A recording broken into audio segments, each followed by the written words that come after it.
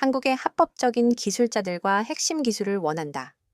12조 원이 투자된 현대차와 LG 에너지 솔루션의 초대형 프로젝트. 이를 위해 합법적으로 일하는 한국의 기술자들을 쇠사슬에 묶어 끌고 가는 나라가 과연 동맹국일까요? 2025년 현재 조지아에서 벌어지고 있는 충격적인 광경. 475명이 체포됐습니다. 132명이 한국인이었어요. 현대차와 LG 그리고 하청업체의 직원들이 범죄자처럼 쇠사슬에 손과 발이 묶여 끌려갔습니다. 미국은 불법 체류 단속이라고 명분을 높였지만 워싱턴 전문가들이 주목한 건 따로 있었습니다. 기술 이전 주한미군기지, 미국 소유권 요구, 그리고 핵제 처리 협상까지 하지만 이런 압박은 지금의 한국에겐 통하지 않았어요. 심지어 미국 내에서까지 비판의 목소리가 나온 겁니다. 한국은 어떻게 이런 놀라운 상황 역전을 만들어낸 걸까요? 미국은 왜 이렇게까지 막 나가는 걸까요? 이야기 시작하기 전에 좋아요와 구독 버튼 가볍게 한번 눌러주시면 저 감동 이야기 서은비에게 정말 따뜻한 격려가 됩니다. 지금 어디에서 이 영상을 시청하고 계신지 아래 댓글에 나눠주세요. 삽 75명, 하루밤 사이에 체포된 사람의 수입니다. 그중 332명이 한국인이었어요. 12조 원. 현대차와 LG가 조지아주에 투자한 금액이죠. 발생 400개. 창출 예정이었던 일자리 개수입니다. 6만 달러. 그 일자리들의 평균 연봉이었어요. 저는 이 숫자들을 단순한 통계로만 봤습니다. 하지만 그날 이 모든 게 한순간에 무너지는 걸 직접 목격했죠. 저는 데이비드 맥클린입니다. 조지아 출신 미국인이에요. 국방부 싱크탱크에서 15년간 일했고 지금은 워싱턴에서 국제안보와 에너지 분야 컨설턴트로 활동하고 있습니다. 현대차와 LG 배터리 합작 공장의 자문위원으로서 이 모든 사건을 처음부터 끝까지 지켜봤어요. 2025년 여름 조지아주 사바나 인근에서 벌어진 일은 충격 그 자체였습니다. 그날 새벽 6시 30분 헬기 소음이 공장 상공을 가르기 시작했어요. 검은색 SUV 실위대가 일제히 공장 입구를 봉쇄했습니다. 요원들이 군용 장비를 착용하고 쏟아져 나오는 모습을 보는 순간 심상치 않다는 걸 직감했죠. 이건 뭔가 다르다. 단순한 단속이 아니야. 30년 가까이 국제안보 분야에서 일한 경험이 말하고 있었어요. 헬기까지 동원된 대규모 작전이었습니다. FBI, DEA까지 투입됐어요. 마치 대테러 작전 같았죠. 확성기에서 나오는 안내방송이 공장 전체를 울렸습니다. 모든 직원은 손을 머리 위로 올리고 밖으로 나오십시오. 한국어 통역까지 준비된 걸 보면 이건 계획된 작전이었어요. 공장 내부에서 직원들이 하나둘 나오기 시작했습니다. 손을 들고 겁에 질린 표정으로 말이죠. 그 중에는 아는 얼굴들도 있었어요.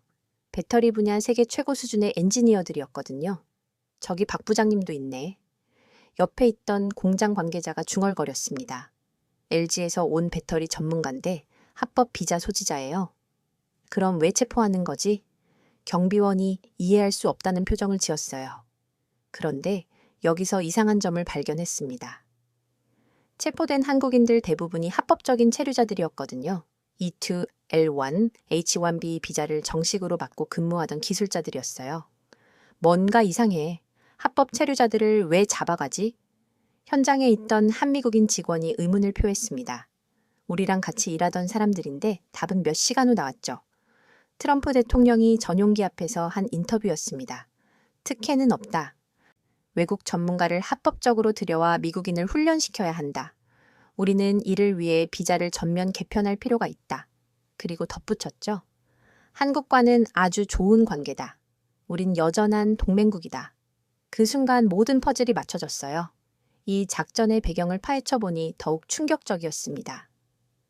도화선 역할을 한 건 토리 브레넘이라는 공화당 예비선거 패배자였어요. 이 사람이 불법 체류자를 신고했다고 밝히면서 논란이 확산됐던 거죠. 하지만 진짜 이유는 따로 있었습니다. 첫 번째 상징성이었어요. 조지아주 현대차 공장은 단순한 공장이 아니었습니다. 12조 원 이상 투자 8,400개 일자리 창출을 약속한 조지아 최대 프로젝트였어요. 미국 제조업 부흥의 상징이었죠. 가장 주목받는 무대를 택한 거야. 워싱턴의 한 정부 관계자가 비공식 브리핑에서 한 말이었어요. 전 세계에 보여주기 위한 선포였지. 트럼프 행정부는 지지층 결집, 외교 압박, 그리고 기술 이전 요구까지 한 번에 노릴 수 있는 최적의 무대를 선택한 거였습니다. 두 번째 정치적 계산이었어요. 조지아는 공화당 강세 지역이거든요. 외국인이 우리 일자리를 침해한다는 인식이 강한 곳이었죠. 트럼프는 이를 지지층 결집 기회로 활용한 겁니다. 우리 일자리를 지켜야 한다. 현장에 몰려든 일부 지역 주민들이 외쳤어요. 미국인 우선이다. 하지만 정작 조지아주 경제계는 당황했습니다. 이건 우리한테 도움이 안 돼. 조지아주 상공회의소 관계자가 말했어요. 12조 원 투자가 날아갈 수도 있다고. 세 번째 기술 이전 압박이었죠. 조지아 공장에 투입된 인력들을 보세요. 배터리 분야 세계 인류 엔지니어들이었거든요. 반도체 전문가들도 있었고요. 이들이 가진 기술은 미국이 간절히 원하는 것들이었습니다. 우리가 원하는 건 단순한 일자리가 아니야. 정부 관계자의 속내였어요. 핵심 기술과 노하우를 가져오는 거지. 실제로 미국 내 송영공 부족 현실이 심각했거든요. 배터리 반도체 조선 등 분야에서 전문 인력이 턱없이 부족했어요. 한국 기업들은 60조 원 규모의 배터리 투자를 진행 중이었는데 정작 이를 운영할 미국인 기술자가 없었던 거죠. 미국은 겉으로는 일자리 보호를 외치면서 속으로는 한국의 기술을 갈망하고 있었던 겁니다. 하지만 이 작전은 예상과 완전히 다른 결과를 낳았어요. 전 세계 언론들이 일제히 비판하기 시작했습니다.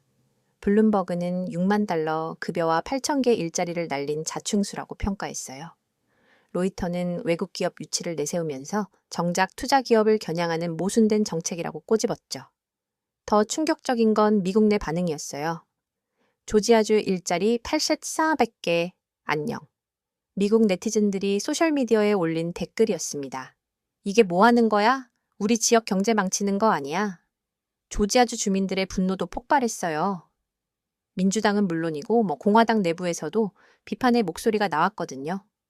이건 경제에 도움이 안 된다.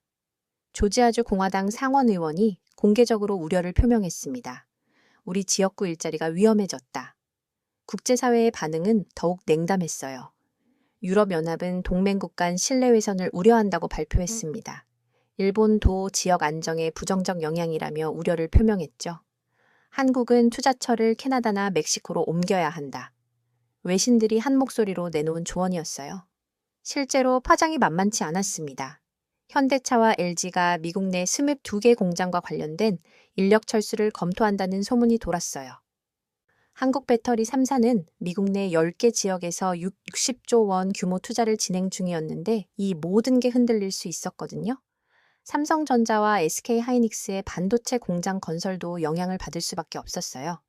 하나와 HD 현대의 조선 프로젝트 투자까지 말이죠. 비자 문제 해결 없이는 공장 건설이 불가능하다. 한국 기업 관계자들의 공통된 우려였어요. 장비 설치부터 운영까지 전부 한국 기술자들이 필요한데 결국 트럼프 대통령도 입장을 바꿀 수밖에 없었습니다. 배터리 반도체 조선 등 미국의 숙련 인력이 부족하다. 한국 등 외국 전문가를 합법적으로 들여와 미국인을 훈련시켜야 한다.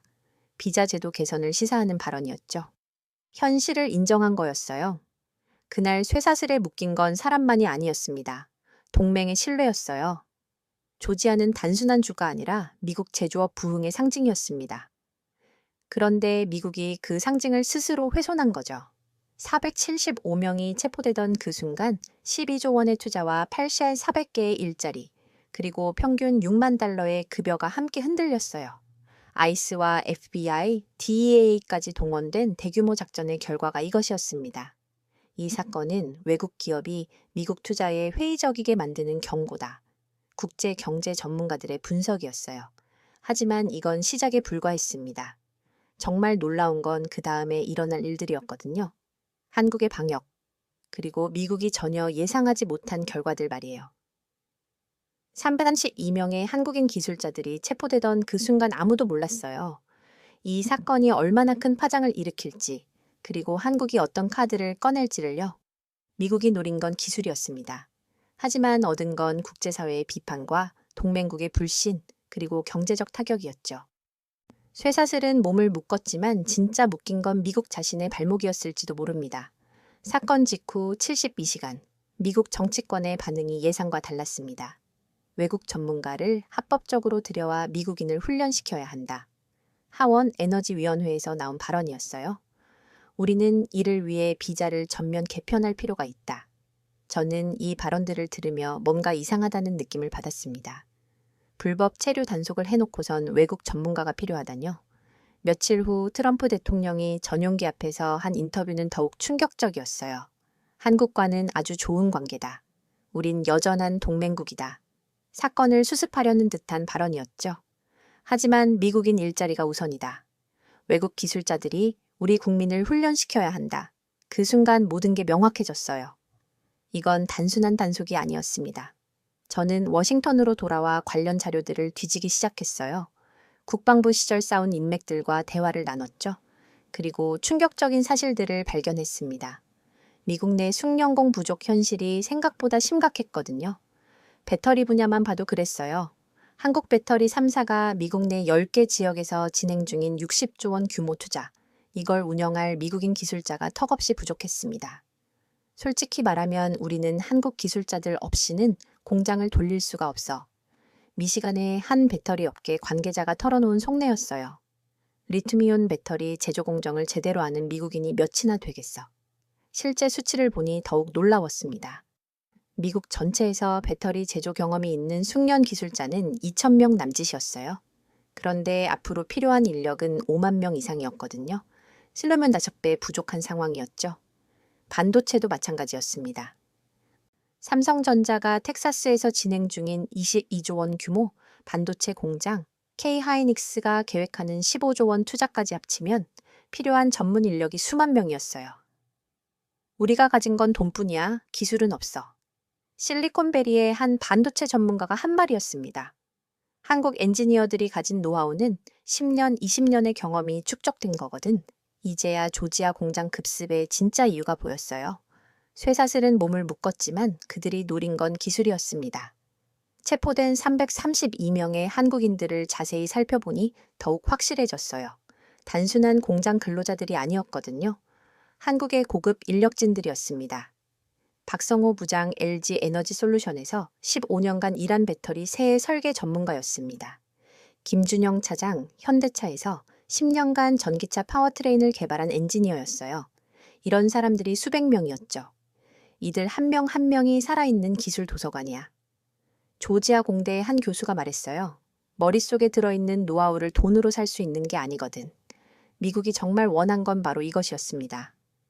한국 기술자들이 가진 암묵적 지식, 현장에서만 배울 수 있는 생생한 경험들 말이에요. 며칠 후 워싱턴에서 열린 비공식 브리핑에 참석할 기회가 있었어요. 에너지부 관계자가 솔직한 속내를 털어놨습니다.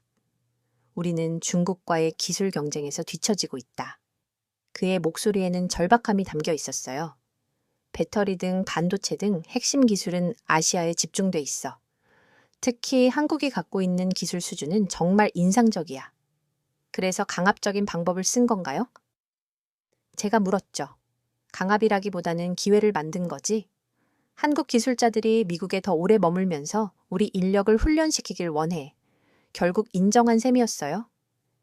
단순한 단속이 아니라 기술 이전을 노린 것이라고 말이죠. 하지만 현실은 그들의 계산과 달랐습니다. 한국 기업들의 반응이 예상보다 훨씬 강경했거든요. 현대차는 즉시 법무팀을 가동했어요. LG 에너지 솔루션은 전세기를 띄워 직원들을 본국으로 송환했죠. 우리는 협박을 받으며 기술을 전수할 생각이 없다. 현대차 관계자의 강경한 입장이었어요. 파트너십은 상호 존중을 바탕으로 해야 한다. 덤지사진이 감사리다가 더 놀라운 건 한국 정부의 대응이었습니다. 외교부 장관이 긴급히 워싱턴으로 출장을 왔어요. 주미 한국 대사관은 24시간 비상체제에 들어갔죠. 구금된 한국인들과의 면담을 위해 밤낮 없이 노력했습니다. 우리 국민들을 즉시 석방하라. 한국 정부의 요구는 분명했어요. 이는 명백한 협정 위반이다. 국제사회의 반응도 냉담했습니다. 독일 기업들이 먼저 우려를 표명했어요. 오늘은 한국 기업이지만 내일은 우리가 될 수도 있다. 폴크스바겐 관계자의 말이었습니다. 미국의 이런 행태는 투자 환경을 악화시킨다. 일본 기업들도 마찬가지였어요. 미오타, 혼따 등이 한국 기업들과 비슷한 상황에 놓일 수 있다며 경계심을 드러냈죠. 동맹국에 대한 이런 처사는 이해할 수 없다. 유럽연합통상 담당 집행위원회 공식 성명이었어요. 미국 내부에서도 비판이 거셌습니다. 특히 조지아주 정치인들의 반발이 심했어요. 우리주 경제에 타격을 주는 일은 할 수 없다. 조지아주 민주당 하원 의원이 공개적으로 비판했습니다. 12조 원 투자와 8세 400개 일자리를 포기할 건가? 공화당 내부에서도 갈등이 일었어요. 경제와 정치를 분리해야 한다. 조지아주 공화당 상원 의원이 당론과 다른 입장을 밝혔습니다. 지역 경제가 우선이다. 한편 미국 언론들은 사건의 본질을 날카롭게 파헤쳤어요. 미국이 정말 원하는 것은 무엇인가? 뉴욕타임스의 분석 기사 제목이었습니다. 일자리인가 기술인가? 월스트리트 저널은 더 직설적이었어요. 한국 기술자 구금 사건 기술 탈취 의도 의혹. 워싱턴 포스트도 마찬가지였죠. 동맹국 기업 대상 강압적 기술 이전 요구. 이런 보도들을 보며 저는 깨달았습니다. 전 세계가 이미 알고 있다는 걸 말이에요.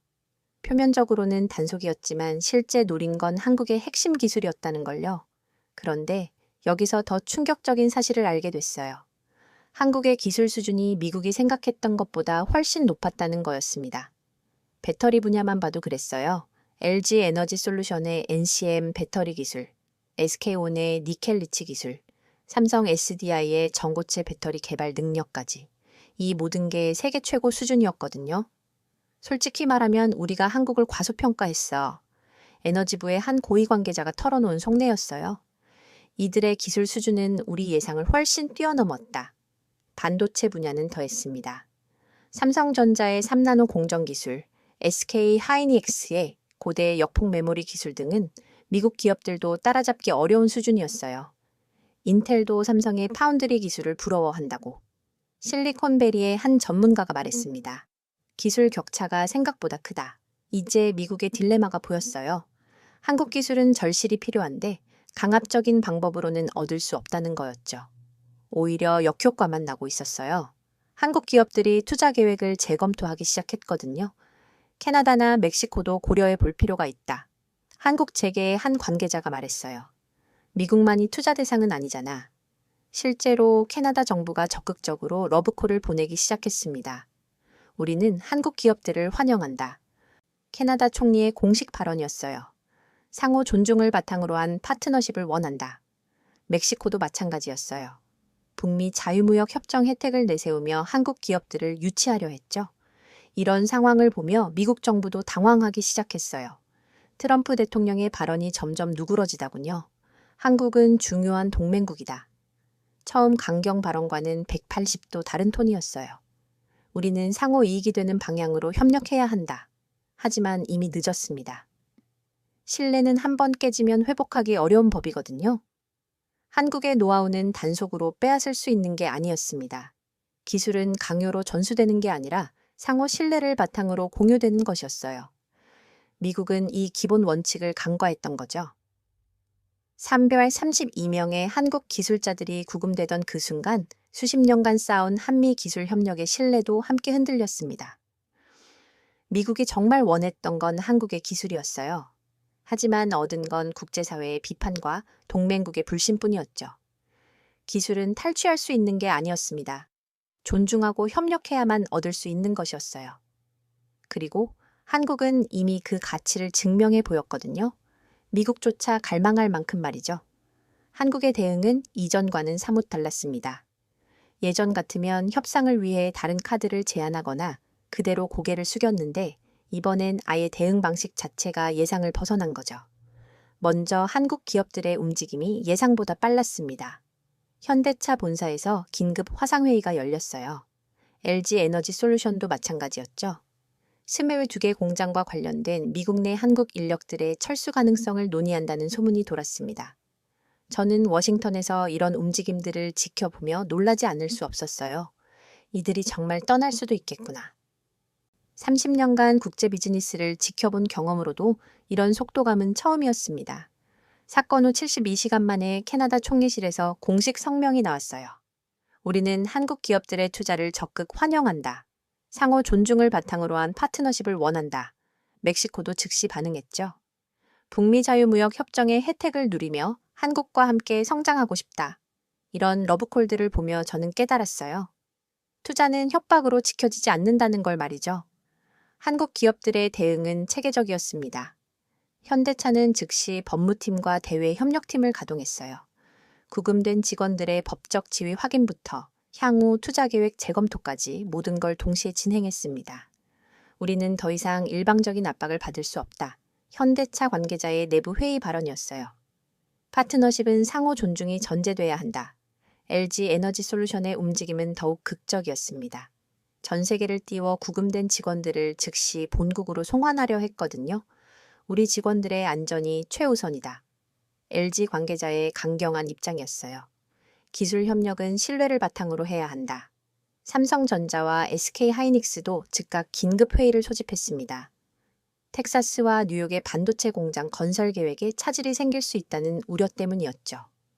비자 문제가 해결되지 않으면 공장 운영 자체가 불가능하다. 반도체 업계 관계자의 말이었습니다. 설계부터 양산까지 모든 과정에 한국 엔지니어들이 필요한데 이런 한국 기업들의 반응을 본 캐나다는 더욱 적극적으로 나섰어요. 토론토에서 열린 기자회견에서 캐나다 경제부 장관이 직접 나서서 말했습니다. 한국은 캐나다의 중요한 파트너다. 우리는 한국 기업들에게 최상의 투자 환경을 제공할 준비가 돼 있다. 구체적인 인센티브까지 제시했어요. 세제 혜택, 부지 제공, 인력 지원까지 모든 걸 검토하겠다. 멕시코의 러브콜은 더욱 구체적이었습니다. 북미 자유무역 협정 덕분에 관세 걱정 없이 미국 시장에 진출할 수 있다. 게다가 인건비는 훨씬 저렴하다. 멕시코 경제부 차관의 설명이었어요. 한국 기업들이 원하는 모든 조건을 제공하겠다. 유럽도 가만히 있지 않았습니다. 독일 경제부에서 공식 성명을 냈어요. 유럽연합은 한국과의 경제 협력을 더욱 강화하고 싶다. 특히 친환경 기술 분야에서 말이다. 네덜란드는 더 구체적으로 나왔죠. 반도체 생태계가 잘 갖춰진 네덜란드에서 한국 기업들과 함께하고 싶다. 이런 국제적 러브콜들을 보며 워싱턴은 당황하기 시작했어요. 국무부 관계자가 비공식 브리핑에서 우려를 표명했습니다. 한국 기업들의 투자가 다른 나라로 이동할 가능성을 우려하고 있다. 에너지부도 마찬가지였어요. 배터리 공급망에서 한국의 역할은 대체 불가능하다. 이들 없이는 전기차 생산 자체가 어렵다. 실제로 수치를 보면 더욱 심각했습니다. 한국 배터리 3사가 미국에서 진행 중인 60조 원 규모 투자. 이게 다른 나라로 이동하면 미국 전기차 산업 자체가 타격을 받을 수밖에 없었어요. 미국 전기차 시장의 70%가 한국 배터리에 의존하고 있다. 자동차 업계 분석가의 말이었습니다. 이들이 떠나면 테슬라부터 시작해서 모든 전기차 업체가 영향을 받는다. 반도체 분야도 마찬가지였죠. 삼성전자의 텍사스 공장 투자만 22조 원이었어요. SK하이닉스까지 합치면 40조 원 가까운 투자였죠. 이 정도 규모의 투자가 다른 나라로 이동하면 실리콘밸리의 한 전문가가 말을 잇지 못했어요. 미국 반도체 생태계 자체가 흔들린다.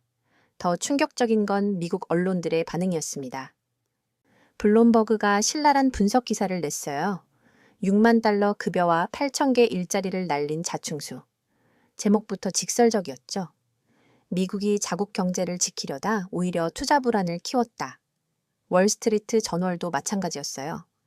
한국 기업들의 투자 다벼라 미국 경제에 치명타 될 수도 워싱턴 포스트는 더 날카로웠습니다. 동맹국 압박이 불러온 예상치 못한 결과 미국 내 네티즌들의 반응은 더욱 격렬했어요. 소셜미디어에는 비판 댓글들이 쏟아졌습니다. 조지아주 일자리 8,300개 안녕. 이게 뭐 하는 거야? 우리가 손해보는 거 뭐 아니야? 한국 기업들이 떠나면 누가 책임질 거야? 조지아주 현지 반응은 더욱 심각했어요. 사바나 지역 상공회의소에서 긴급 성명을 냈습니다. 현대차 공장은 우리 지역 경제의 핵심이다. 이 투자를 잃을 수는 없다. 지역 부동산 업계도 우려를 표명했어요. 공장 건설과 함께 부동산 가격이 상승했는데 투자가 철회되면 큰 타격이다. 실제로 조지아주 전체가 얼어붙은 상황이었어요. 현대차 공장 주변 상권들이 멈춰섰습니다. 한국 기술자들을 대상으로 한 한식당들, 숙박업소들이 갑자기 손님이 끊겼거든요. 한국 사람들이 안 온다. 현지 한식당 사장의 하소연이었어요. 공장 건설도 중단됐다는데 앞으로 어떻게 될지 부동산 시장도 요동쳤습니다. 공장 인근 토지 가격이 급락하기 시작했어요. 투자자들이 패닉 상태다. 현지 부동산 중개업자의 말이었습니다. 한국 투자가 없으면 이 지역 발전은 물 건너간 거나 마찬가지야. 조지아주 정치인들의 반발도 거셌어요. 우리 주 경제를 인질로 잡을 수는 없다. 조지아주 민주당 상원의원이 공개적으로 비판했습니다. 12조 원 투자와 400개 일자리를 포기할 수는 없다. 공화당 내부에서도 균열이 일었어요. 당론과 지역 경제는 별개다. 조지아주 공화당 하원의원의 말이었습니다. 우리 지역구 주민들의 생계가 더 중요하다. 이런 상황을 보며 저는 놀라지 않을 수 없었어요. 미국이 스스로 발목을 잡고 있다는 걸 깨달았거든요. 한편 한국 기업들의 움직임은 더욱 가속화됐습니다. 현대차가 캐나다 정부와 비공식 접촉을 시작했다는 소문이 돌았어요. LG 에너지 솔루션도 멕시코 투자를 검토한다는 이야기가 나왔죠. 우리에겐 선택권이 있다. 한국 재계의 한 관계자가 말했어요. 미국만이 전부가 아니다. 실제로 대안들이 충분했습니다. 캐나다는 자원이 풍부하고 정치적으로 안정된 나라였어요. 멕시코는 북미 자유 무역 협정 덕분에 미국 시장 접근이 용이했죠. 유럽은 친환경 정책이 적극적이어서 전기차와 배터리 투자에 유리했습니다. 한국 기업들에게는 전 세계가 기다리고 있다. 국제투자 분석가의 말이었어요. 기술력이 있으면 어디든 환영받는다. 이런 상황을 본 워싱턴은 점점 초조해하기 시작했어요. 백악관에서 긴급염 회의가 열렸습니다. 국무부, 상무부, 에너지부 장관들이 모두 참석했어요. 한국 투자 이탈을 막을 방법을 찾아야 한다. 한 참석자의 말이었습니다. 경제적 손실이 너무 크다. 트럼프 대통령도 입장을 바꾸기 시작했어요. 한국은 중요한 동맹국이다. 우리는 협력을 원한다. 처음에 강경 발언과는 180도 다른 톤이었죠. 하지만 이미 늦었습니다. 최사수를 품건 한국이 아니라 미국 자신이었습니다. 신뢰는 한 번 깨지면 회복하기 어려운 법이거든요. 한국 기업들은 이미 대안을 모색하기 시작했어요. 투자 다변화는 단순한 협상 카드가 아니었습니다. 진짜 선택지였어요. 한국 기업들이 보여준 발빠른 대응은 전 세계를 놀라게 했습니다. 피해자가 아니라 주도권을 가진 글로벌 플레이어의 모습이었어요. 한국이 이렇게 강하게 나올 줄 몰랐다. 워싱턴의 한 정부 관계자가 털어놓은 속내였어요. 이들은 우리가 생각했던 것보다 훨씬 독립적이다. 실제로 한국의 투자 주도권이 입증된 순간이었습니다. 미국이 압박하면 다른 나라로 갈 수 있다는 걸 보여준 거죠. 조지아주의 모든 게 멈춰섰습니다. 일자리 경제의 상권, 부동산, 그리고 주민들의 희망까지 모든 게 말이에요. 미국이 자국 경제를 지키려다 오히려 더 큰 손실을 입을 위기에 처한 거였습니다. 한국 기업들의 스밈 2개 공장 관련 인력 철수 논란이 현실화되면 미국이 잃을 것은 단순한 투자금이 아니었어요. 미래 성장 동력 자체였죠. 그날 이후 저는 깨달았습니다. 글로벌 경제에서 진짜 힘은 기술과 자본을 가진 쪽에 있다는 걸 말이에요. 그리고 한국은 이미 그 두 가지를 모두 갖고 있었습니다. 구금된 3832명, 그 중에는 누군가의 아버지가 남편이 아들이 있었습니다. 가족들의 눈물이 시작이었어요. 아빠가 왜 범죄자 취급을 받아야 하는 거죠?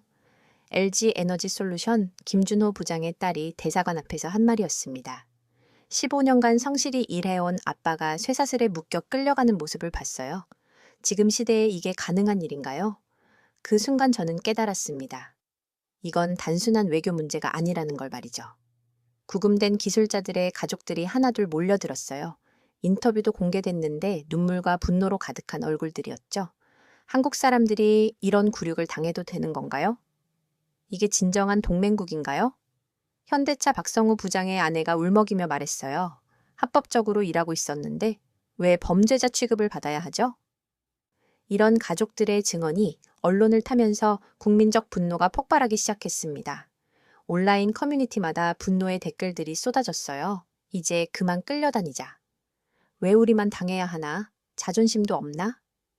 포털 사이트 실시간 검색어는 온통 관련 키워드들로 도배됐습니다.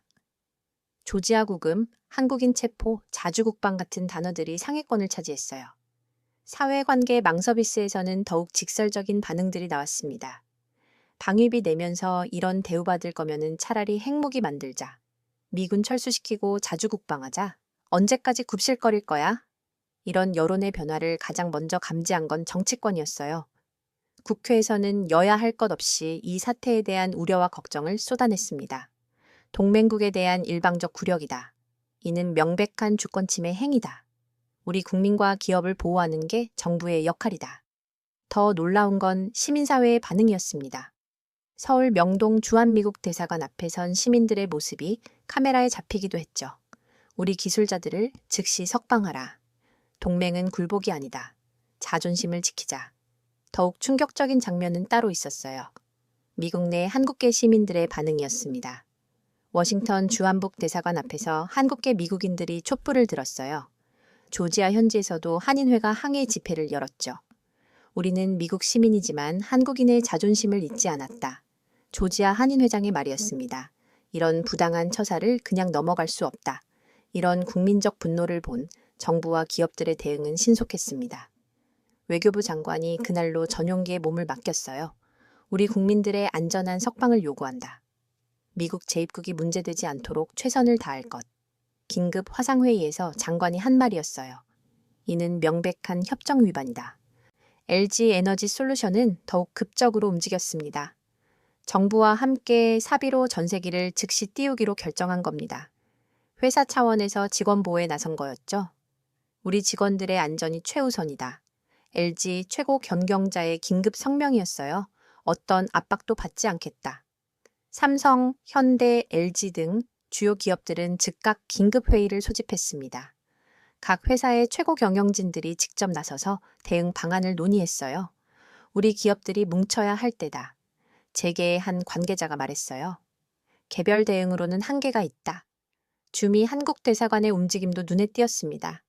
대사관 직원들이 24시간 교대로 구금된 한국인들과의 면담을 추진했어요. 영사 업무를 총동원해서 말이죠. 우리 국민들을 보호하는 게 우리의 의무다. 대사관 관계자의 말이었어요. 밤낮 없이 노력하고 있다. 이런 정부와 기업의 발빠른 대응을 본 국민들의 반응은 더욱 뜨거워져졌습니다. 이제야 정부다운 모습이다. 기업들도 제대로 나서는구나. 우리가 만만한 나라가 아니라는 걸 보여줘야 한다.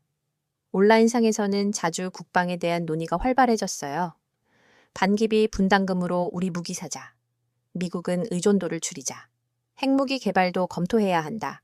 이런 여론의 변화를 뒷받침하는 통계들이 주목받기 시작했습니다. 한국의 방산 수출 실적이 2024년 140억 달러를 기록했다는 사실이 재조명됐어요. 세계 4위 수준이었죠. 우리 무기가 이미 세계적 수준이다. 방산 업계 관계자의 말이었어요. 폴란드, 호주, 노르웨이 등이 앞다퉈 주문하고 있다. 한국의 군사력이 세계 5위라는 평가도 화제가 됐습니다. 글로벌 파이어파워가 발표한 순위였어요. 경제력뿐만 아니라 군사력도 강국 수준이다. 군사 전문가의 분석이었어요. 자주 국방이 불가능한 게 아니다. K2 흑표 전차, 천모 다연장 로켓, 현무 미사일 등 한국산 무기들의 성능이 재평가받기 시작했어요. 우리 무기가 세계 최고 수준이다. 이제 당당하게 나가자. 자존심을 지키자. 국민들의 목소리는 점점 하나로 모아지고 있었습니다. 이런 분위기 속에서 정치권도 변화하기 시작했어요. 반기비 분담보다 자주 국방 투자를 늘려야 한다. 국방위원회 의원회 발언이었어요. 우리 기술로 우리 안보를 지키자. 여론조사 결과도 이런 분위기를 반영했습니다. 자주 국방 강화에 대한 찬성 비율이 70%를 넘어섰어요. 반기비 분담금 증액 반대는 80%에 달했죠. 국민의식이 확실히 바뀌었다. 여론조사 전문가의 분석이었어요. 더 이상 끌려다니지 않겠다는 의지가 강하다. 해외 한인사회의 반응도 뜨거웠습니다. 미국 전역에 한인희들이 연대 성명을 냈어요. 캐나다, 호주의 한인들도 동참했죠. 조국의 자존심이 우리의 자존심이다. 뉴욕 한인회장의 말이었어요. 함께 싸우겠다. 이런 국민적 결집을 본 정부는 더욱 강경한 입장을 취하기 시작했습니다. 청와대 국가안보실장의 공식 발언이었어요. 상호 존중을 바탕으로 한 동맹관계를 원한다. 우리 국민과 기업을 보호할 수 있는 힘을 기르겠다. 기업들의 단합된 대응도 인상적이었어요. 대한상공회의소에서 긴급 성명을 냈습니다. 우리 기업인들의 정당한 활동을 보호해달라. 전국 경제인연합회도 동참했어요. 경제와 안보는 분리될 수 없다. 이런 모든 움직임들을 지켜보며 저는 놀라지 않을 수 없었어요. 국민의 분노는 무기가 되었고 자주 국방의 함성이 되었습니다. 과거 같으면 조용히 넘어갔을 일들이 이제는 국민적 분노로 폭발하고 있었어요. 정부와 기업도 이에 부응하는 모습을 보였고요. 그들은 피해자가 아니었습니다. 결심한 주체였어요. 구금당한 기술자들의 가족들이 눈물을 흘렸지만은 그 눈물은 굴복이 아니라 분노였습니다. 그리고 그 분노는 전 국민의 결의로 번져갔어요. 더는 당하고만 살 수 없다. 이것이 한국 국민들의 한결같은 목소리였습니다. 그리고 이 목소리가 정부와 기업, 해외 한인사회까지 하나로 묶어냈어요. 332명의 기술자, 구금 사건은 단순한 외교 문제를 넘어서 한국인의 자존심과 정체성 문제가 됐습니다. 위협은 곧 결의로 바뀌었고 한국은 강경한 협상 태세를 취하기 시작했어요. 미국이 압박하면 할수록 한국의 결집력은 더욱 강해졌습니다. 이것이 바로 한국인의 저력이었어요. 모욕당한 순간 분노했던 그 감정이 이제는 굳건한 결의로 바뀌어 있었습니다. 한국은 더 이상 끌려다니지 않겠다는 의지를 분명히 보여줬어요. 그리고 그 의지를 뒷받침할 힘도 충분히 갖고 있다는 걸 증명했습니다. 국민적 결집이 국가 안보와 자존심을 지탱하는 순간이었어요. 2025년 8월 한미 정상회담이 열렸습니다. 공개된 언론의 내용보다 실제로는 훨씬 큰 게임이 벌어지고 있었어요. 미국은 계속해서 반기비 증액을 압박했습니다. 주한미군 유지비용 분담금을 대폭 늘리라는 요구였죠. 한국은 지금보다 더 많이 부담해야 한다. 트럼프 대통령의 일관된 입장이었어요. 미군 주둔 기지도 임대가 아닌 미국의 소유였으면 좋겠다. 우린 이를 추진할 계획이다. 할수록 요구는 더욱 거세지고 있었죠. 하지만 한국의 대응은 예상과 달랐습니다. 그렇다면 우리에겐 에너지 안보가 필요합니다. 한국 대통령이 꺼낸 카드였어요. 사용 후 해결료 재처리 논의를 시작하고 싶습니다. 그 순간 회의실 분위기가 바뀌었다고 하다 해요. 재처리 트럼프가 되물었습니다. 일본처럼 말인가? 그렇습니다. 우리도 에너지 주건이 필요합니다. 국가의 미래가 달린 수건 사업이죠. 한국 측의 확고한 입장이었어요. 2030년이면 저장고가 포화됩니다. 생존의 문제입니다. 저는 이 회담 내용을 워싱턴의 여러 소스들을 통해 확인할 수 있었어요. 참석자들의 증언이 일치했거든요. 미국 측은 처음에 난색을 표했습니다. 핵혹산 우려가 있다. 국무장관의 반응이었어요. 다른 나라들도 요구할 수 있다. 하지만 한국의 논리는 설득력이 있었습니다. 일본과 우리를 차별할 합리적 이유가 있나요? 한국 외교부 장관의 날카로운 지적이었어요. 기술력으로는 이미 일본을 넘어섰습니다. 실제로 그랬어요. 한국의 원전 기술이 세계 5위 수준이었거든요. 바라카 원전 수출 성공이 그 증거였죠. 아랍에미리트 바라카 프로젝트를 보십시오. 한국 측이 제시한 근거였어요. 400억 달러 규모를 수주했습니다. 프랑스, 미국, 일본을 제치고 말이죠. 트럼프는 고민에 빠졌습니다. 한국의 투자 철수 가능성 때문이었어요. 60조 원 배터리 투자, 40조 원 반도체 투자가 흔들릴 수 있었거든요. 좋다. 논의해보자. 트럼프의 최종 결정이었어요. 하지만 비핵화 조건은 엄격하게 지켜야 한다. 완전한 합의는 아니고 협의를 개시하는 정도로 마무리 짓자. 한국 측은 즉시 동의했습니다. 당연히 평화적 목적으로만 사용한다. 추후 세밀한 내용을 합의해 봅시다. 핵무기가 아니라 에너지 안보가 목적으로 그렇게 역사적인 합의의 시작이 공표된 겁니다. 한미 정상회담 이후 한국 외교부 장관이 워싱턴에서 역사적 발표를 했어요. 한미 양국이 사용 후 해결료 재처리 논의를 개시하기로 합의했습니다. 이 소식은 전 세계를 놀라게 했습니다. 정말인가? 일본 언론들의 첫 반응이었어요. 그러면 추후 논의와 합의를 통해 한국도 재처리 권한을 갖게 되나 미국 내 반응도 복잡했습니다. 트럼프가 정말 이걸 허용했다고 워싱턴의 한 정책 전문가가 말했어요. 이건 큰 양보인데 실제로 미국 내부에서도 의견이 갈렸어요. 국방부는 우려를 표명했습니다. 핵국산 정책의 변화가 될 수 있다. 다른 동맹국들도 같은 요구를 할 것이다. 하지만 상무부와 에너지부는 달랐어요. 한국의 투자를 잃을 수는 없다. 경제적 실입을 고려해야 한다. 트럼프도 처음에는 만족스러워했습니다. 하지만 며칠 후 분위기가 바뀌기 시작했어요. 공화당 내 강경파들이 반발했습니다. 핵확산 위험을 키웠다. 일본 외에는 허용하지 않는 게 원칙이었는데 민주당도 비판했어요. 충분한 검토 없이 결정한 것 같다. 의회와 협의했어야 한다. 언론들의 분석도 나왔습니다. 트럼프가 한국에게 너무 큰 양보를 했다. 워싱턴 포스트의 사설이었어요. 핵정책 일관성에 문제가 생겼다. 뉴욕타임스도 비슷한 논조였죠. 동아시아 핵균형의 변화를 가져올 것. 이런 비판들을 보며 트럼프는 후회하기 시작했어요. 너무 성급했나? 측균들에게 한 말이었다고 하세요. 한국에게 너무 많이 준 건 아닌가. 하지만 이미 공식 발표가 난 상황이었어요. 되돌리기 어려웠죠. 더 큰 문제는 따로 있었습니다. 방위비 분담금 협상이 예상대로 되지 않았어요. 한국이 강경하게 나왔거든요. 재철이 논의를 해주는 대신 방위비는 현 수준에서 동결하자. 한국 측의 제안이었어요. 상호 이익이 되는 거래 아닌가. 트럼프는 당황했습니다. 그게 아니야. 방위비는 따로 올려야 한다. 재처리는 별개 문제고. 하지만 한국은 물러서지 않았어요. 패키지 딜이었다고 이해하고 있습니다. 재처리 허용 대신 방위비 동결. 이게 합의 아니었나요? 기술 이전 문제도 마찬가지였어요. 한국 기업들이 예상보다 강경하게 나왔습니다. 기술은 협력으로 공유되는 것이지 강요로 전수되는 게 아닙니다. 현대차 관계자의 말이었어요. 상호 존중을 바탕으로 해야죠. 주한미군 문제도 복잡해졌어요. 한국 여론이 자주 국방 쪽으로 기울면서 주한미군의 역할에 대한 의문이 제기됐거든요. 굳이 미군이 필요한가? 우리도 충분히 강하지 않나? 이런 상황을 보며 트럼프는 점점 초조해졌어요. 뭐 하나 제대로 되는 게 없네. 측근들에게 털어놓은 속내였다고 해요. 한국이 이렇게 강하게 나올 줄 몰랐다. 그래서 나온 게 조지아 사건이었습니다. 미국 내의 다수의 관계자들과 기관에서 분석된 내용들이었죠. 트럼프의 결심이었어요. 누가 주도권을 쥐고 있는지 알려주자.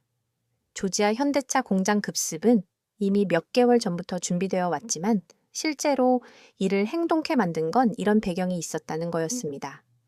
단순한 불법 체류 단속이 아니라 전방위적 정치적 액션이었어요. 방위비, 주한미군, 기술 이전 모든 걸 다 압박하자. 백악관 내부 회의에서 나온 말이었다고 해요. 한국이 고분고분해질 때까지 475명 체포, 그중 342명이 한국인. 이 숫자들 뒤에는 치밀한 계산이 있었던 거예요. 가장 상징적인 프로젝트, 가장 많은 관심을 받는 공장을 겨냥한 거였죠. 12조 원 투자를 흔들어서 한국을 굴복시키자. 트럼프 행정부의 속셈이었어요. 재처리 합의도 재검토하게 만들자. 하지만 결과는 정반대였습니다. 한국의 반발이 예상보다 훨씬 겉했어요. 투자 철수까지 검토한다는 소식이 나왔죠. 이건 예상과 다르다. 워싱턴의 당황스러운 반응이었어요. 한국이 이렇게 나올 줄 몰랐다. 더 큰 문제는 국제 여론이었습니다. 전 세계가 미국을 비판했어요. 동맹국에 대한 일방적 압박, 경제를 인질로 잡는 행위, 미국의 주도권 과시는 오히려 역풍을 불러왔습니다. 그날 한국은 협상 대상이 아니라 협상 주체였습니다. 압박을 받으면 더 큰 카드를 꺼내는 나라였어요. 핵재철이라는 역사적 성과를 이뤄낸 나라였죠. 핵을 원한 것이 아니라 생존을 원한 것이었습니다. 그리고 그 정당한 요구를 관철시킨 나라였어요. 미국의 반기배 압박이 오히려 한국의 핵 협상 문을 열어준 셈이었습니다. 아이러니한 결과였죠. 트럼프는 뒤늦게 깨달았을 겁니다. 한국을 함부로 대할 수 없는 나라라는 걸 말이에요. 압박을 기회로 바꾼 한국의 외교 전략이 빛을 발한 순간이었습니다. 해결료 재처리 논의 개시. 저는 이 역사적 합의가 어떻게 가능했는지 궁금해졌어요. 워싱턴에 있는 국가기록보관소와 의회 도서관을 뒤지기 시작했습니다. 그리고 문건 속에서 불편한 진실을 확인했어요. 1988년 7월 26일, 일본이 미국과 원자력 협력 협정을 개정한 날이었습니다. 이날부터 일본은 사용 후 해결료 재처리 권한을 갖게 됐죠. 37년 전 일이구나. 저는 황변한 문서들을 들춰보며 중얼거렸어요. 그때부터 차별이 시작된 거야. 1988년 협정문을 자세히 살펴보니 더욱 놀라웠습니다. 일본은 재처리뿐만 아니라 플루토늄 추출까지 허용받았어요. 핵무기 제조가 가능한 수준의 권한이었죠. 왜 일본만? 이 질문이 머릿속을 떠나지 않았습니다. 당시 일본의 원전 기술 수준을 찾아봤어요. 1988년 일본은 원전 37기를 운영 중이었습니다. 한국은 고작사기였죠. 그때는 차이가 컸구나. 하지만 지금은 달랐어요. 현재 한국은 20세기의 원전을 운영하고 있습니다. 일본은 3세기죠. 숫자상 차이는 많이 줄었어요. 하지만 더 중요한 건 기술력이었습니다. 2009년 12월 27일, 한국이 아랍에미리트 바라카 원전 수주에 성공한 날이었어요. 400억 달러 규모의 대형 프로젝트였습니다. 이게 전환점이었어. 당시 경쟁 상대는 프랑스 아레바, 미국 웨스팅하우스, 일본 미쓰비치였어요. 원전 선진국들을 모두 제치고 한국이 승리한 거였죠. 기술력으로 인정받은 순간이었다. 바라카 원전의 성공 요인을 분석한 자료들을 찾아봤어요. 한국형 원전 APR 1400의 안전성과 경제성이 결정적이었습니다. 후쿠시마 사고 이후 안전성이 최우선 과제였는데 한국 원전이 가장 뛰어났다. 국제 원자력 기구 보고서의 내용이었어요. 건설 기간도 짧고 비용도 저렴했다. 실제 수치를 보니 놀라웠습니다. 한국 원전의 건설 당하는 킬로와트당 2,800달러였어요. 프랑스가 5,000달러, 미국이 6,000달러였죠. 절반 수준이었습니다. 건설 기간도 한국이 10개월, 프랑스가 70개월이었어요. 20개월이나 빨랐죠. 경쟁력에서 앞서는 거네. 더욱 충격적인 자료를 발견했습니다. 세계 원자력 협회가 발표한 원전 성능 지표에서 한국이 1위를 차지한 거였어요. 가동률, 안전성, 경제성 모든 면에서 최고 점수를 받았습니다. 일본은 몇이지? 찾아보니 일본은 4위였어요. 한국보다 뒤처져 있었습니다. 이미 넘어섰구나. 그런데도 제철이 권한에서는 여전히 차별받고 있었던 거예요. 워싱턴의 한 원자력 전문가와 만날 기회가 있었습니다. 솔직히 말하면 한국 기술이 더 앞서 있어요. 그의 고백이었어요. 안전성, 경제성, 건설 능력 모든 면에서 말이죠. 그럼 왜 차별이 계속된 건가요? 제가 물었습니다. 정치적 이유죠. 일본은 오래된 동맹국이니까 기술과 정치는 다른 문제인데 그게 현실이었어요. 하지만 이제는 바뀔 때가 됐죠. 한국의 원전 수출 실적을 더 자세히 조사해 봤어요. 바라카 원전 이후에도 성과가 계속됐습니다. 사우디아라비아, 체코, 폴란드 등에서 진행되는 원전 사업 입찰에 한국이 최종 후보로 선정됐어요. 세계가 한국 원전을 인정하고 있다. 국제 원자력 기구 사무총장도 공개적으로 인정했습니다. 한국은 원전 기술 강국으로 부상했다. 2023년 비엔나 본부에서 한 발언이었어요.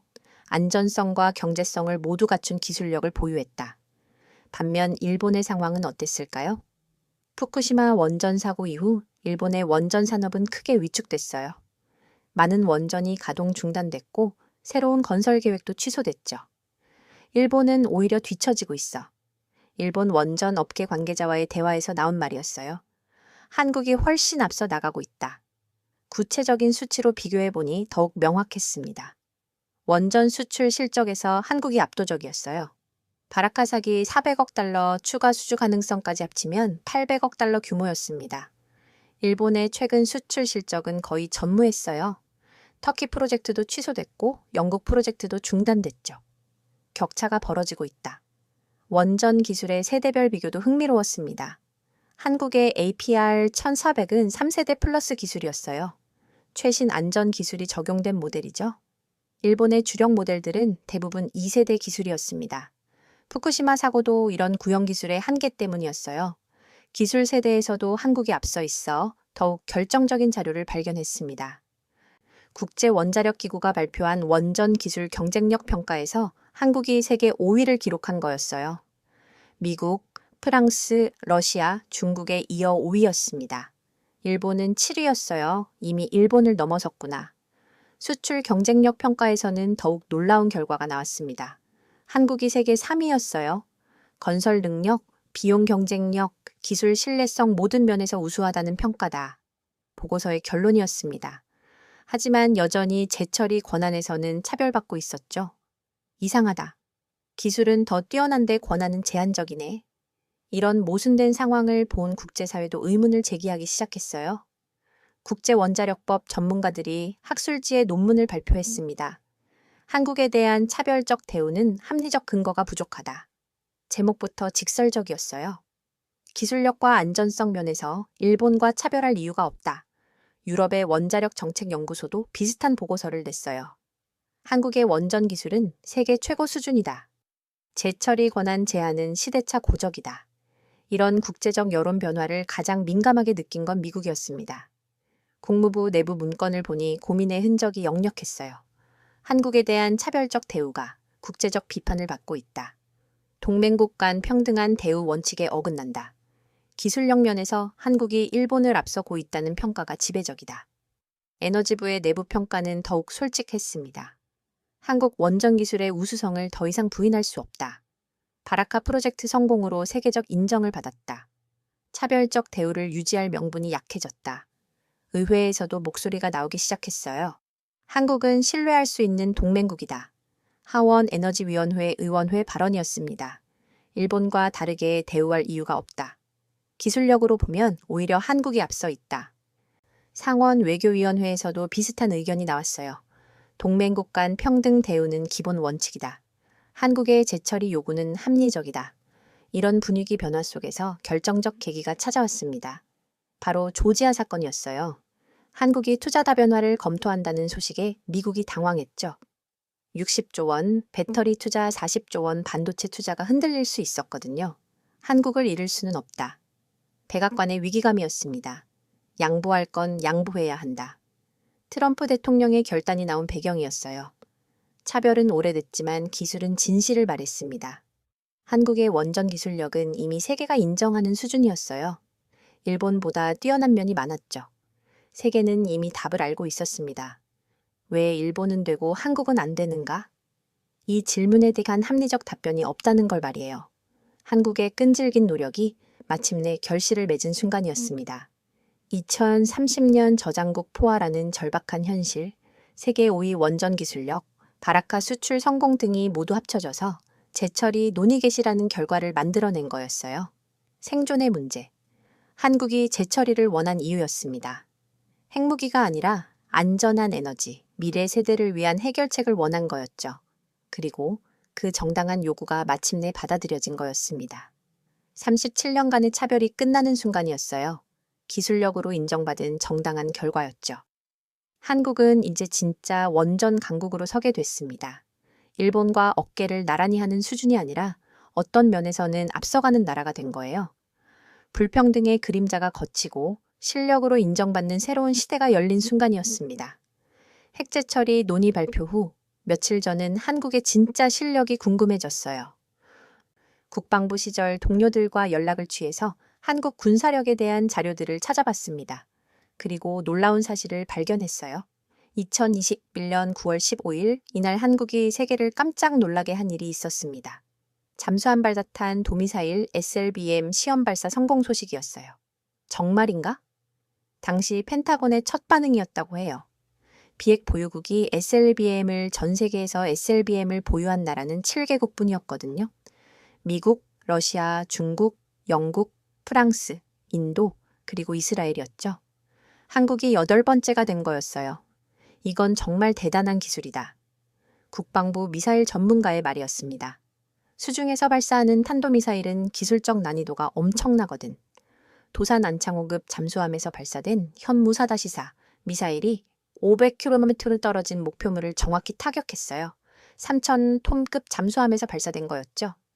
잠수함 기술, 미사일 기술, 유도 기술이 모두 세계 최고 수준이어야 가능한 일이다. 군사 전문가의 분석이었어요. 한국이 이 정도일 줄 몰랐다. 더 놀라운 건 그 다음이었습니다. 2022년 6월 현무 소 미사일 시험 발사가 성공했어요. 이 미사일의 파괴력은 상상을 초월했습니다. 강화 콘크리트 20m를 뚫는다고 미군 정보부서의 놀라운 반응이었어요. 핵탄두 없이 이 정도 위력이라니 현무 가오는 8톤 무게의 재래식 탄두를 탑재했어요. 벙커버스터 기능이 있어서 지하 깊숙한 시설까지 파괴할 수 있었죠. 이게 정말 재래식 무기인가? 해외 군사 전문가들의 충격적인 반응이었습니다. 핵탄두가 없어도 핵무기 그 위력이네. 실제로 현무 5회의 위력은 전술 핵무기에 버금간다는 평가를 받았어요. 8톤의 고폭탄두가 만들어내는 폭발력이 소형 핵탄두와 비슷했거든요. 핵 없는 핵이라고 불러도 될 것 같다. 영국 군사연구소의 분석이었어요. 이 정도면 충분히 억제력이 된다. 사거리도 놀라웠습니다. 현무1은 최대 3,000km까지 날아갈 수 있었어요. 한반도에서 발사하면 곰까지 도달 가능한 거리였죠. 한국이 이런 미사일을 가지고 있다고? 일본 방위성의 당황스러운 반응이었습니다. 우리 전 국토가 사정거리 아니네. 중국도 마찬가지였어요. 베이징, 상하이까지 도달할 수 있다. 이건 게임 체인저다. 더욱 충격적인 건 한국 미사일 기술의 발전 속도였어요. 현무원이 사거리 180km였던 게 불과 30년 전이었습니다. 현무2가 300km, 현무3이 1,500km로 늘어났어요. 그리고 현무하스는 3,000km까지 확장됐죠. 30년 만에 사거리가 16배 늘었다. 미사일 기술 발전사를 연구하는 전문가의 말이었어요. 이런 속도는 전례가 없다. 정확도도 세계 최고 수준이었습니다. 원형 공산 오차가 몇 미터 이내였어요. 축구장 크기의 목표물을 정확히 타격할 수 있다는 뜻이었죠. 이 정도 정확도면 핵탄두가 없어도 충분히 위협적이다. 랜드 연구소의 평가였어요. 적의 지휘부나 핵심 시설을 정밀 타격할 수 있다. 한국의 미사일 기술이 얼마나 뛰어난지 보여주는 사례가 또 있었어요. 바로 수출 실적이었습니다. 폴란드가 현무의 미사일 500발을 주문했어요. 180억 달러 규모의 대형 계약이었죠. 한국 미사일 기술을 인정한 거다. 방산업계의 해석이었어요. 성능과 가격 경쟁력을 모두 인정받았다. 호주도 관심을 보였어요. 현무3 도입을 검토한다는 소식이 나왔죠. 중국을 견제하려면 장거리 미사일이 필요하다. 호주 국방부 관계자의 말이었습니다. 한국 미사일이 가장 적합한 것 같다. 이런 수출 성과를 보며 저는 깨달았어요. 한국의 미사일 기술이 단순히 자위용이 아니라는 걸 말이죠. 세계가 인정하는 기술이구나. 실제로 글로벌 파이어 파워가 발표한 세계 군사력 순위에서 한국이 5위를 기록했어요.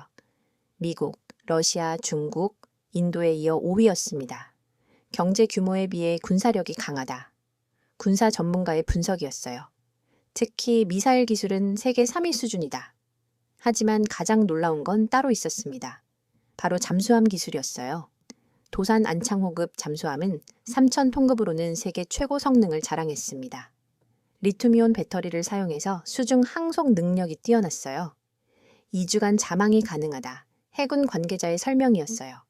기존 디젤 잠수함보다 3배 이상 오래 있을 수 있다. SLBM 발사 능력까지 갖춘 잠수함은 전 세계에서 몇 척 되지 않았어요. 미국의 오하이오급, 러시아의 보레이급 정도였죠. 3,000 톤급으로는 유일하다. 잠수함 전문가의 말이었어요. 소형이면서도 전략무기 운용이 가능한 건 한국뿐이다. 이런 기술적 성과들을 종합해보니 한 가지 결론에 도달했어요. 한국은 이미 사실상의 핵 보유국이었습니다.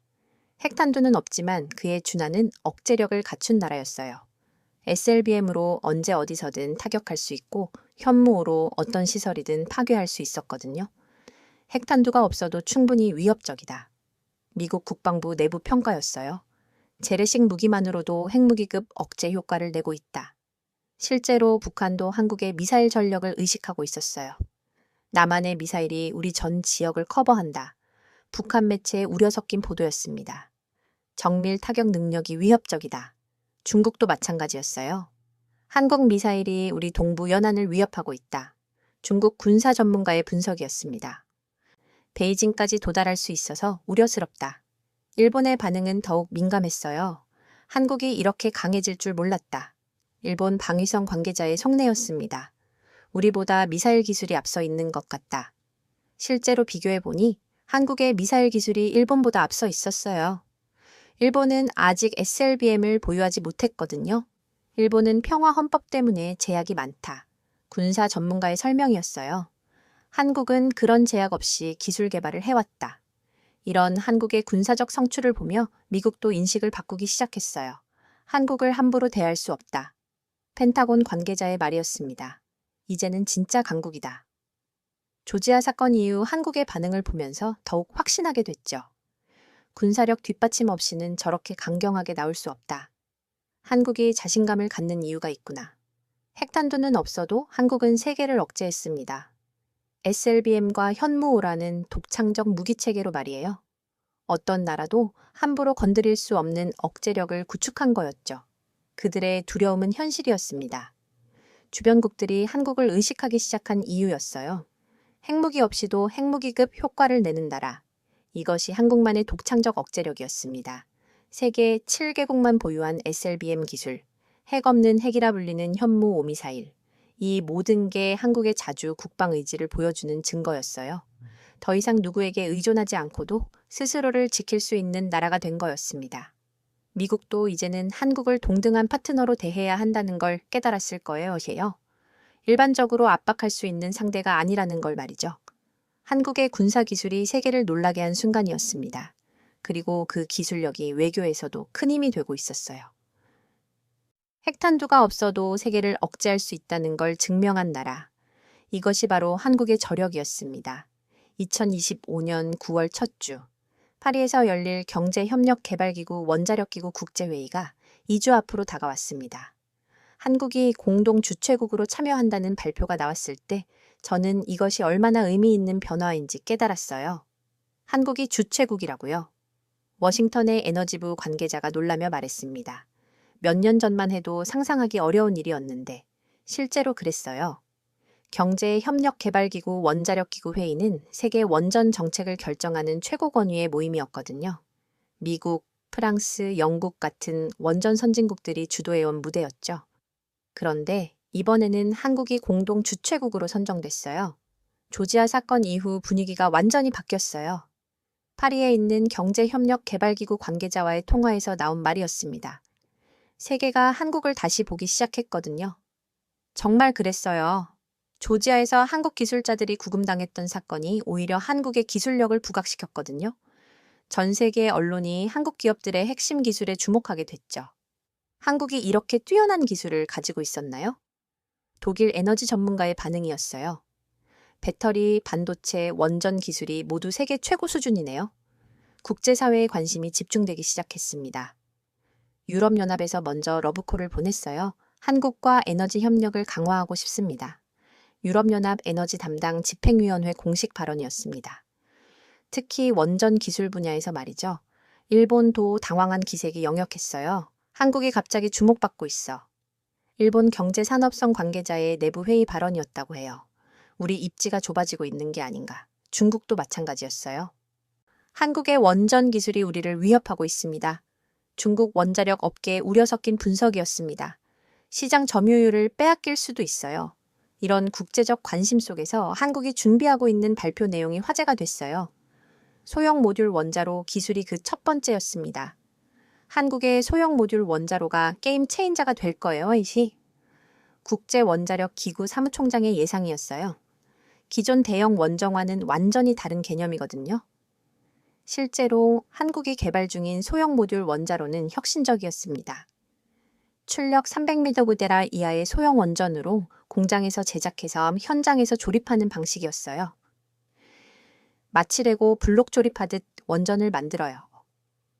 한국원자력연구원 박사의 설명이었어요. 건설 기간은 절반으로 줄고 비용은 30%나 절약되죠. 두 번째는 차세대 원전 기술이었습니다. 한국이 개발 중인 4세대 원전은 안전성과 경제성을 모두 갖춘 미래형 원전이었어요. 후쿠시마 같은 사고가 원천적으로 불가능한 설계였죠. 피동안전계통이 완벽해요. 두산 에너빌리티 기술진의 자신감이었어요. 전원이 완전히 끊어져도 저절로 안전하게 정지돼요. 세 번째는 인공지능 기반 에너지 절약이었습니다. 이게 가장 혁신적이었어요. 인공지능이 절약 수요를 실시간으로 예측하고 원전과 재생에너지를 최적으로 운영하는 시스템이었거든요. 24시간 365일 완벽한 에너지 관리가 가능하죠. 카이스트 인공지능 대학원 교수의 말이었어요. 탄소 배출은 최소화하면서 효율은 최대화해요. 이런 기술들을 준비하는 과정에서 조지아 사건의 영향이 크게 작용했어요. 우리 기술의 가치를 세계에 제대로 알려야겠어요. 정부 관계자의 말이었습니다. 더 이상 숨기고 있을 이유가 없죠.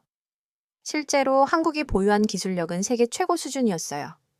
바라카 원전 수출 성공이 그 증거였죠. 400억 달러 규모를 수주한 게 우연이 아니었어요. 한국 수력 원자력 사장의 회고였어요. 우리 기술이 정말 뛰어나다는 걸 증명한 거였죠. 국제회의 준비 과정에서 각국의 관심이 폭발적으로 증가했습니다. 사우디아라비아가 가장 적극적이었어요. 한국의 소형 모듈 원자로에 관심이 많아요. 사우디 에너지부의 비공식 접촉이었습니다. 대규모 도입을 검토하고 있어요. 폴란드도 마찬가지였어요. 한국과 원전 협력을 확대하고 싶습니다. 폴란드 기후환경부 장관의 메시지였습니다. 차세대 원전 기술이 꼭 필요해요. 체코는 더 구체적으로 나왔어요. 두코바니 원전 사업에 한국이 참여했으면 좋겠어요. 체코 산업통상부의 공식 요청이었습니다. 한국 기술을 신뢰하거든요. 아프리카 국가들의 관심도 뜨거웠어요. 소형 모듈 원자로로 에너지 빈곤을 해결하고 싶습니다. 가나 에너지부 장관의 서신이었습니다. 한국과 함께 미래를 만들어가면 좋겠어요. 이런 국제적 러브콜을 받으며 한국 정부도 야심찬 계획을 세웠어요. 이번 회의를 통해 한국의 에너지 리더십을 확립하겠습니다. 과학기술정보통신부 장관의 포부였습니다. 기후위기 해법을 제시할 거예요. 실제로 한국이 준비한 발표는 단순한 기술 소개가 아니었어요. 인류의 기후위기를 해결할 종합적 솔루션이었죠. 원전과 재생에너지의 조화가 핵심이에요. 에너지 정책 수립진의 기본 방향이었어요.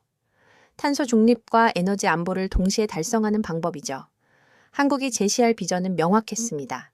2050년 탄소 중립 달성과 동시에 안정적이고 경제적인 에너지 공급을 보장하는 것. 그 해답이 바로 한국의 원전 기술이었어요. 세계가 우리의 답을 기다리고 있어요. 청와대 관계자의 말이었습니다. 이번이 기회죠. 저는 이 모든 준비 과정을 지켜보며 감동받지 않을 수 없었어요. 국제회의를 앞두고 한국에 대한 기대감이 최고조에 달했습니다. 한국이 뭔가 특별한 걸 발표할 것 같아요. 영국 에너지 전문가의 예상이었어요. 게임을 바꿀 만한 혁신이 나올 거예요. 독일도 마찬가지였어요. 한국의 발표가 가장 기대돼요. 미래 에너지 정책의 방향을 제시할 것 같아요. 이런 국제적 관심과 기대를 받으며 저는 깨달았어요. 세계가 듣는 가운데 한국이 답을 제시할 준비를 하고 있다는 걸 말이에요. 기후위기라는 인류 최대 난제에 대한 한국만의 해법을 제시할 때가 온 거였어요. 한강의 기적은 경제였지만 이제는 기후였습니다.